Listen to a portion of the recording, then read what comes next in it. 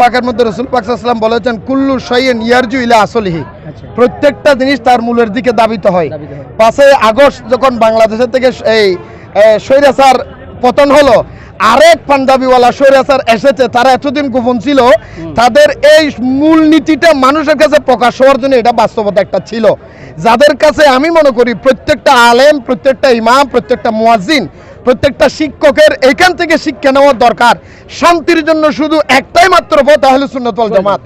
এই আহলুস সুন্নাত ওয়াল জামাত ছাড়া আর কোথাও শান্তি নেই। কারণ যে শিক্ষকেরাই ছাত্রদেরকে বানানোর পরে তারা ছাত্রের হাতের মধ্যে আমানত থাকে না, যে সমস্ত পাঞ্জাবিওয়ালা টুপিওয়ালা স্বৈরাচার মৌলবীর কাছে শিক্ষক নিরাপদ থাকে না, তাদের হাতে দেশও নিরাপদ থাকবে না।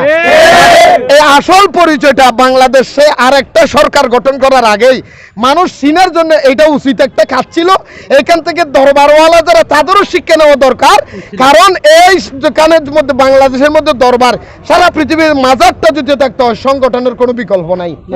এবং প্রত্যেকটা আলেমের উচিত ছিল ছাত্রদেরকে সুশিক্ষা দেওয়ার দরকার।